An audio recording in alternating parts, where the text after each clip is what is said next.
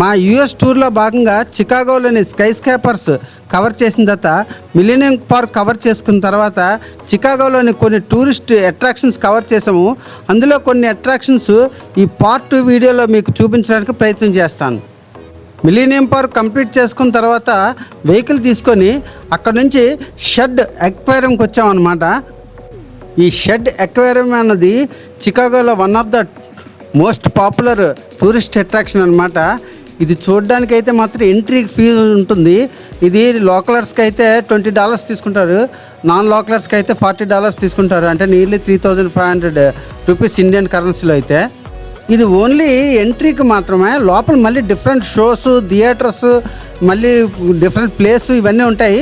వాటికి సపరేట్గా entry ticket ఉంటుంది, అవన్నీ తీసుకోవాలన్నమాట. ఓన్లీ ఇది ఈ అక్వేరియంలోకి ఎంటర్ అవ్వడానికి ఈ ఫీజు. ఈ అక్వేరియం గురించి పూర్తి డీటెయిల్స్ అన్నీ ఫర్దర్ ఇస్తాను మీకు.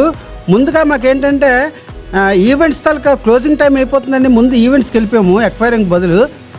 ఇది స్పెషల్ ఈవెంట్స్ తాలూకా ఎంట్రన్స్ అన్నమాట. ముందుగా మేము 4D థియేటర్కి వెళ్ళి టికెట్స్ బుక్ చేసుకున్నాము. ఈ 4D థియేటర్లో 3 డిఫరెంట్ మూవీస్ ప్లే చేస్తున్నారు అనమాట. ఈచ్ మూవీకి $5 తీసుకుంటారనమాట. మేము 2 మూవీస్కి బుక్ చేసుకున్నాము.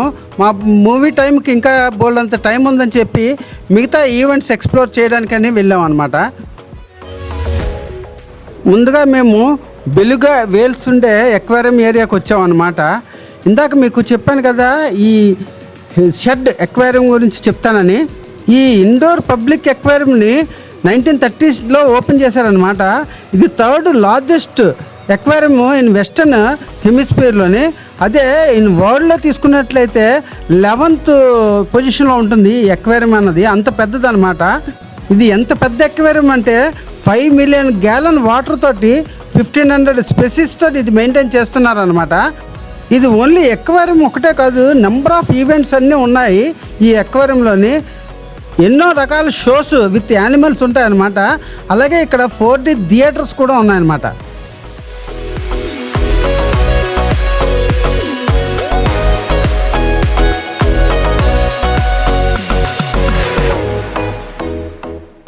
చూస్తున్నారు కదా, ఆ తెల్లగా ఉన్న వేల్స్నే బెలుగా వేల్స్ అంటారు. ఇవి అంటార్కిటికా ఏరియాలో ఉంటాయన్నమాట ఈ రకమైన వేల్స్ అన్నీ.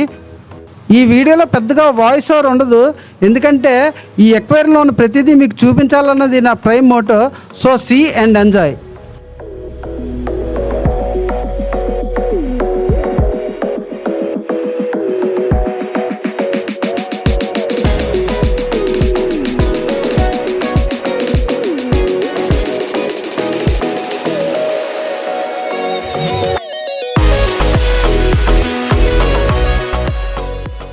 ఇది నార్మల్ డాల్ఫిన్స్ ఉండే అక్వేరియం.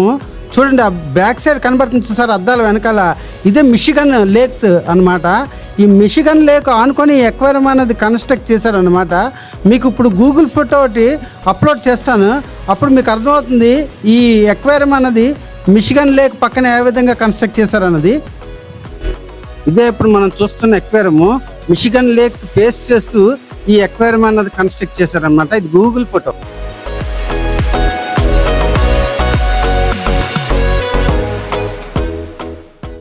ఇక్కడే డాల్ఫిన్స్తో ఒక షో కూడా ప్లే చేస్తారు. ఆ టైంలో వెనకాల అద్దాలు కనబడుతున్నాయి కదా, అదంతా డిజిటల్ స్క్రీన్తో క్లోజ్ చేస్తారు. సో ఆ టైంలో మనకైతే మిషిగన్ లేక్ కనబడదు, ఓన్లీ డిజిటల్ స్క్రీన్ ఉంటుంది. దీని ఆపోజిట్గా సిట్టింగ్ అరేంజ్మెంట్ కూడా ఉంటుంది అనమాట. ఇక్కడ ఆడియన్స్ కూర్చొని ఆ షో చేస్తారనమాట. ఇంకా షో ప్లే చేయడానికి చాలా టైం ఉంది, అది కూడా ఈ వీడియోలో మీకు కవర్ చేస్తాను.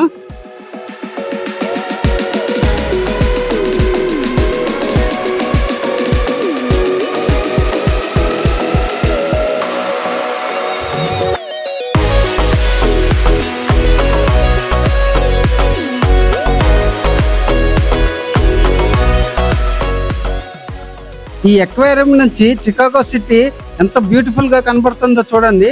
మీకు అవుట్ సైడ్ నుంచి కూడా మళ్ళీ తర్వాత చూపిస్తాను. ఈలోగా మాకు 4D థియేటర్ టైం అవడం వల్ల అక్కడికి వెళ్ళాం అనమాట.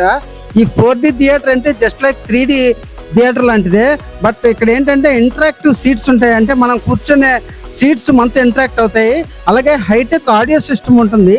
అలాగే ఇంటరాక్టివ్ ఎలిమెంట్స్ ఉంటాయి, అంటే మన మీద బబుల్స్ పడడం, వాటర్ స్ప్రే అవడం, అలాగే సీట్లోంచి ఎవరో పొడుస్తున్న ఫీలింగు, అంటే బాగా హైటెక్ 4D సిస్టమ్ అనమాట ఇదంతాని.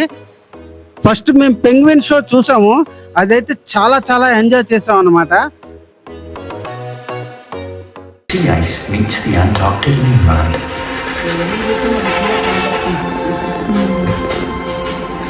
Penguins looking for a partner set themselves apart and start to display. This male doesn't have.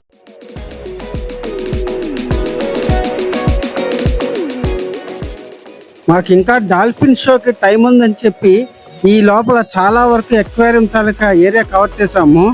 అందులో కొన్ని క్లిప్పింగ్స్ ప్లే చేస్తాను, అంతా మీకు చూపించలేను కాబట్టి కొన్ని మీకు కవర్ చేస్తున్నాను.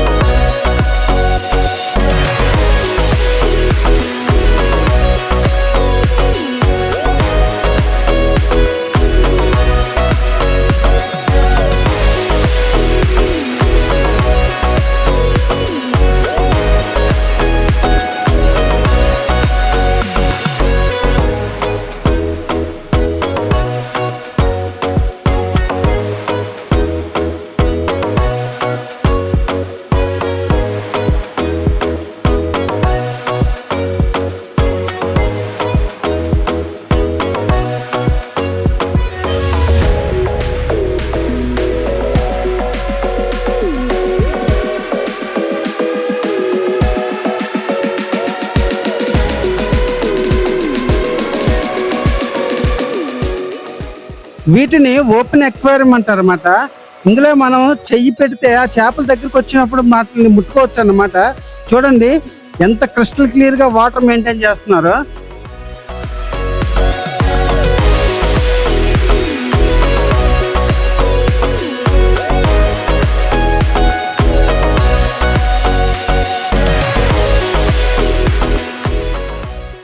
మేము మొత్తం ఎక్వేరియం అంతా కవర్ చేసుకుని వచ్చేటప్పటికల్లా డాల్ఫిన్ షోలోని మొత్తం ఆడిటోరియం అంతా కూడా టూరిస్టులతో మొత్తం ఫిల్ అయిపోయి ఉంది.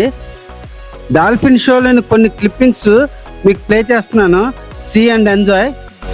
ఈ వీడియో బిగినింగ్లో మీకు చెప్పాను కదా, డాల్ఫిన్ షో జరిగేటప్పుడు బ్యాక్ సైడ్ విండోస్ అన్నీ కూడా డిజిటల్ స్క్రీన్తో కవర్ చేస్తారని.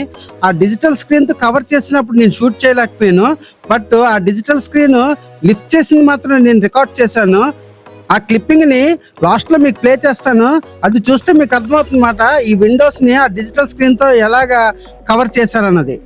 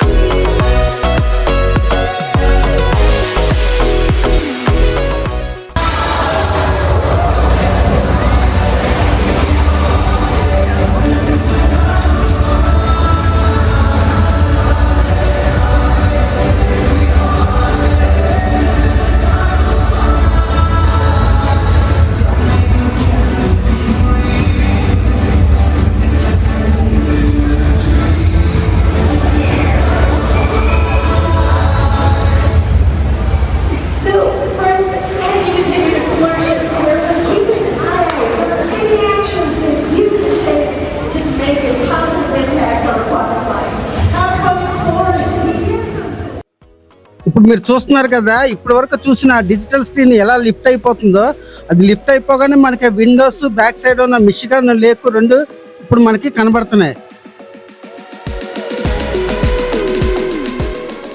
ఈ ఎక్వేరియంలో చాలా సెక్షన్స్ ఉన్నాయి. జెల్లీ ఫిష్ అని, సీ హార్స్ అని, క్రాబ్స్ అని, యాంఫిబియన్స్ అని, బట్ ఇవన్నీ నేను కవర్ చేయలేను. కానీ నాకు ఇది ఒక సెక్షన్ నచ్చింది, వైల్డ్ రీఫ్ అంటారు కదా, సముద్రపు పగడపు దెబ్బలు అంటారు కదా, వాటికి కవర్ చేసింది మీకు చూపిస్తాను, ఎందుకంటే ఇది బాగా నచ్చింది నాకు.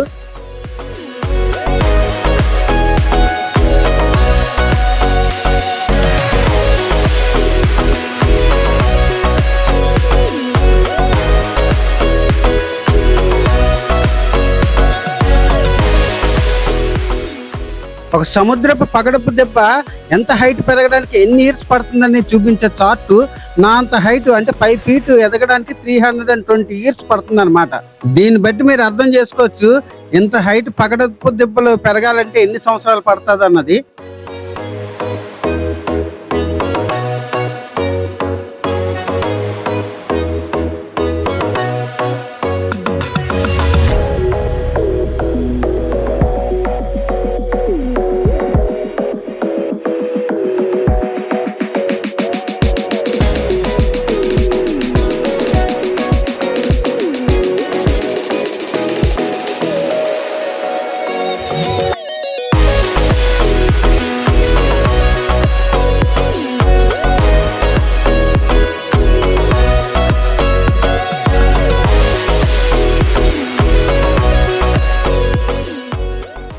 ఇప్పుడు వరకు అవన్నీ ఎక్వేరియంలో ఉంటే మనం చూసి ఎంజాయ్ చేసాము. ఇప్పుడు మనం ఎక్వేరియంలో ఉంటే అవి మనల్ని చూసి ఎంజాయ్ చేస్తున్నాయి అన్నమాట.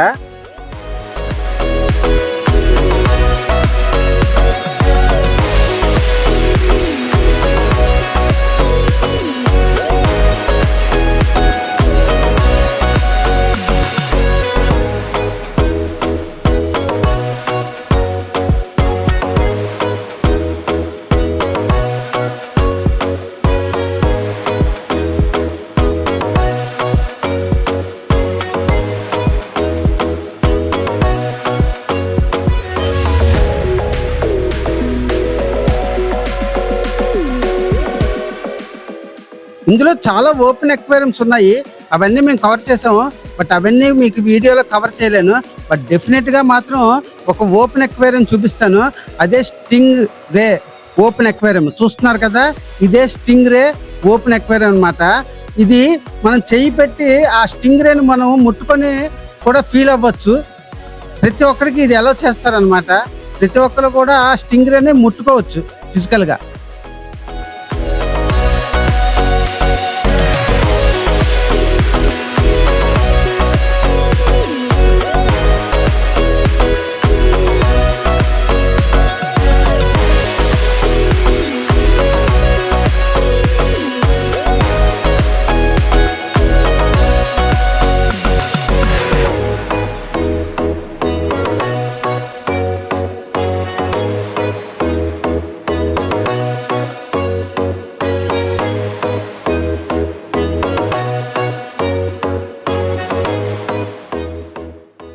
ఈ టోటల్ ఎక్వేరియం చూడడానికి, అలాగే 4D థియేటర్లో షోస్ చూడడానికి, అలాగే డాల్ఫిన్ షోస్ చూడడానికి నియర్లీ మాకు మోర్ దెన్ 3 hours పట్టింది అనమాట.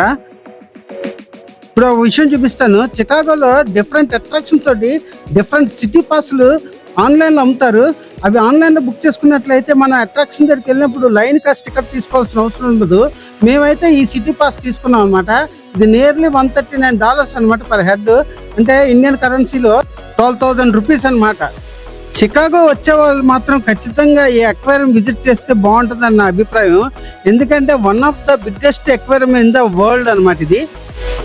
మేమైతే ఈ షెడ్ అక్వేరియం కాంబినేషన్ తోటి స్కై డెక్ తీసుకున్నాము. ఈ స్కై డెక్ అన్నది విల్లీస్ టవర్ అంటే చికాగోలో నెంబర్ 1 టాలెస్ట్ బిల్డింగ్ ఏదైతే ఉందో అందులో ఉంటుంది అనమాట. అది అందు గురించనే ముందు వీడియోలో కానీ ఈ వీడియోలో కానీ ఆ బిల్డింగ్ కవర్ చేయలేదు. నెక్స్ట్ వీడియోలో అది కవర్ చేస్తానమాట. Part 3లో ఉంటుంది ఆ బిల్డింగ్. అది ఎంత పెద్ద బిల్డింగ్ అంటే చికాగోలో నెంబర్ 1, యుఎస్లో యునైటెడ్ స్టేట్లో 3rd పొజిషన్లో ఉంటుంది అనమాట. అంత టాలెస్ట్ బిల్డింగ్ అనమాట అది. ఆ తర్వాత మేము ఇలా నడుచుకుంటూ మిషిగన్ లేక్ ఒడ్డు నుంచి ఎడ్లర్ ప్లానిటోరియం బయలుదేరి వెళ్ళాం అనమాట. ఇప్పుడు నెక్స్ట్ మీరు చూడబోయేది ఎడ్లర్ ప్లానిటోరియం అనమాట. ఇప్పుడు మీరు చూస్తున్నారు కదా, ఇదే ఎడ్లర్ ప్లానిటోరియం అనమాట. ఇది పబ్లిక్ మ్యూజియం అనమాట. ఖగోళ శాస్త్రం గురించి సంబంధించిన ప్లానిటోరియము. ఇది 1930లో స్టార్ట్ చేశారు. యుఎస్లో యునైటెడ్ స్టేట్లో ఫస్ట్ ప్లానిటోరియం అన్నమాట. ఇది విశ్వం గురించి ఎవరైనా తెలుసుకోవాలనుకున్న వాళ్ళు ఈ ప్లానిటోరియం విజిట్ చేస్తారన్నమాట. మేము వెళ్ళే టైంకి క్లోజ్లో ఉంది, అందువల్ల అయితే మేము విజిట్ చేయలేకపోయాము.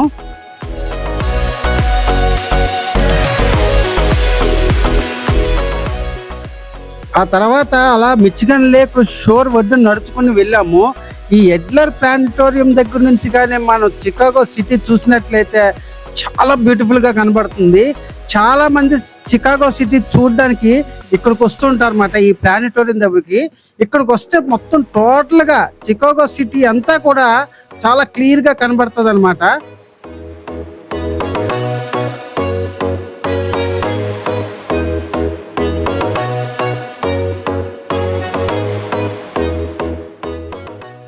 ఇక్కడ నుంచి చికాగో సిటీ చూస్తున్నప్పుడు అక్కడ విండ్ ఎలాగున్నది మీకు యాక్చువల్గా వీడియో అనేది ప్లే చేస్తాను, వినండి.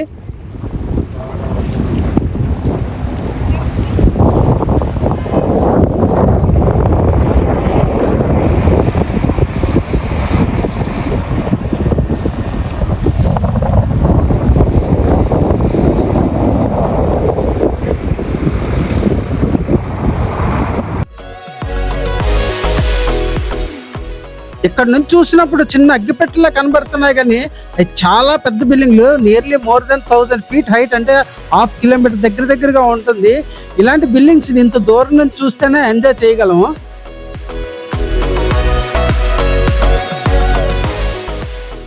నిజంగా నేను ఎంత హ్యాపీగా ఫీల్ అయ్యానంటే నేను ఎక్స్ప్రెస్ చేయలేను. కానీ చికాగో సిటీని ఎంత బ్యూటిఫుల్గా చూస్తానని నేను ఎప్పుడూ అనుకోలేదు నా లైఫ్లో. బట్ చికాగో సిటీని ఇలా చూసేటప్పటికి మాత్రం నిజంగా వెరీ వెరీ హ్యాపీ అనమాట. నాకు మెమొరబుల్ డే అది. ఇక్కడ నుంచి చికాగో సిటీ ఫోటో తీస్తే ఎలా ఉంటుందన్నది గూగుల్ ఫోటో మీకు ప్లే చేస్తున్నాను.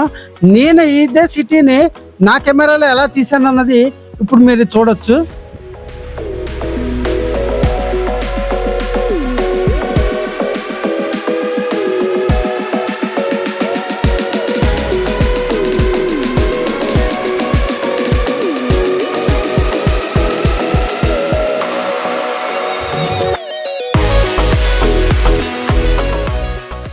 ఇప్పుడు మీరు చూస్తుంది సన్ డైల్ అనమాట. ఇది అడ్లర్ ప్లానెటోరియం బయటన ఉందన్నమాట. ఈ సన్ డైల్ ఉపయోగించి మనం టైం మెజర్ చేయొచ్చు అనమాట. దాని నీడ పడుతున్న దాన్ని బట్టి మనం మెజర్ చేయొచ్చు అనమాట. అది ఎలా మెజర్ చేయాలన్నది అక్కడ ప్రొసీజర్ అంతా రాశారు. ఆ ప్రొసీజర్ ఫాలో అయ్యి మనం టైం మెజర్ చేయొచ్చు అనమాట.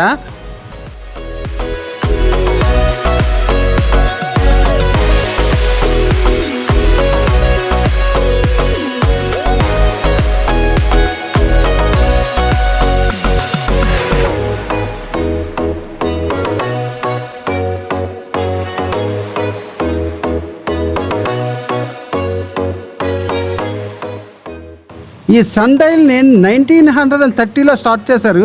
ఇప్పుడు కూడా పెర్ఫెక్ట్గా పనిచేస్తుంది. ఈ డిజిటల్ వాచ్, యాపిల్ వాచ్ వచ్చిన తర్వాత ఈ సన్ డైల్ ఉపయోగించి ఎవరు టైం మెజర్ చేయట్లేదు. ఇక్కడికి వచ్చిన టూరిస్టులు కూడా ఎవరు మెజర్ చేయాలనుకోవట్లేదు. వాళ్ళందరూ కూడా దానికి ఉన్న బేస్మెంట్ మీద కూర్చొని ఆ చికాగో సిటీని ఎంజాయ్ చేస్తున్నారు. వాళ్ళందరితో పాటు కూడా మేము అదే చేసాము.